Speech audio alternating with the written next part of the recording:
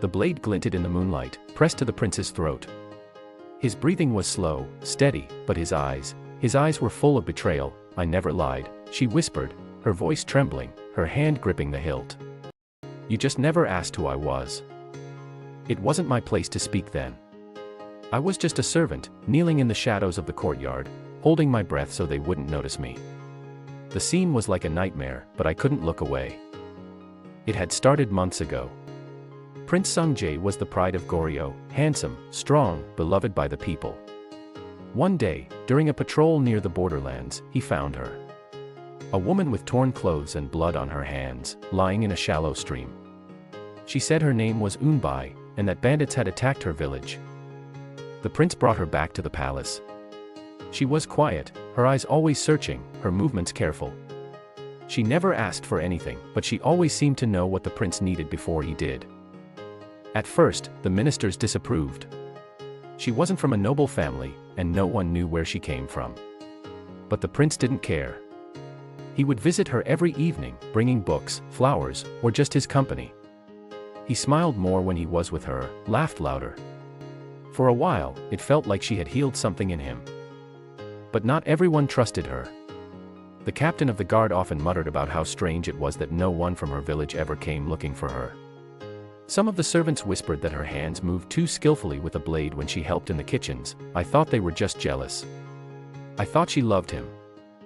Then, 3 nights ago, everything fell apart. The northern envoy had come to the palace. They brought gifts, letters, and demands for land. Goryeo had been at odds with them for years, but no one expected a sudden attack, except Eun-bi. She disappeared the night the envoys arrived.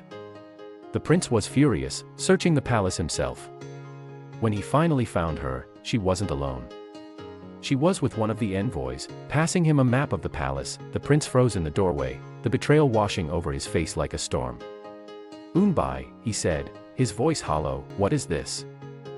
She turned to him, her face pale but her eyes steady. "I told you I had no choice." Now, here we were. She had been captured and brought to the courtyard for judgment.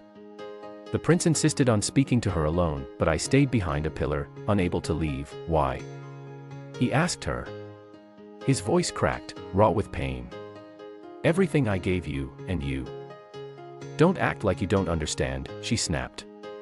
"You and I are the same. We do what we must for our people." He shook his head. "No. I loved you."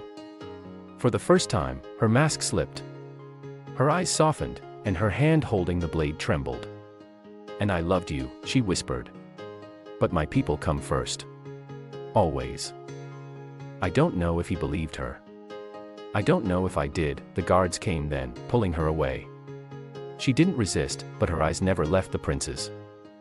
That was the last time I saw Eun-bi. They said she was executed at dawn, but the prince never spoke of it again.